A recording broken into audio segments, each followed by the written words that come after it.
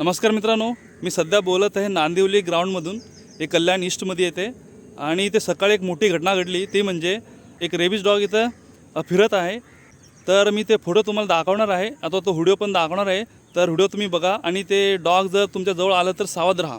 कारण जे पोलीस भरतीची प्रॅक्टिस करत होते 5-6 विद्यार्थी, त्यामधून एक विद्यार्थी इथं गोळाफेक करत होता. हे बघू शकता, हे ग्राउंड आहे, गोळाफेकचे ग्राउंड दाखवतो तुम्हाला.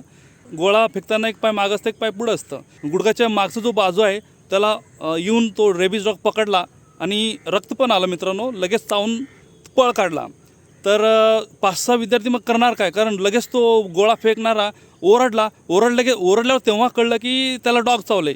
तोपर्यंत ते त्यांच्या कामात बिजी होते आणि की गोळा फेकण्यामध्ये बिजी होते. लक्ष कोणी दिलं नाही. 6-7 लोक असतानासुद्धा कोणी लक्ष दिलं नाही. त्याला रेबीज डॉग चावला. तर मी तो डॉगचा फोटो, तो व्हिडिओ टाकणार आहे. तर तो डॉग बघा आणि शक्यतो तुम्ही कल्याण डोंबिवली महानगरपालिकेला कळवा की भरपूर रेबीज डॉग कल्याणमध्ये फिरत आहे.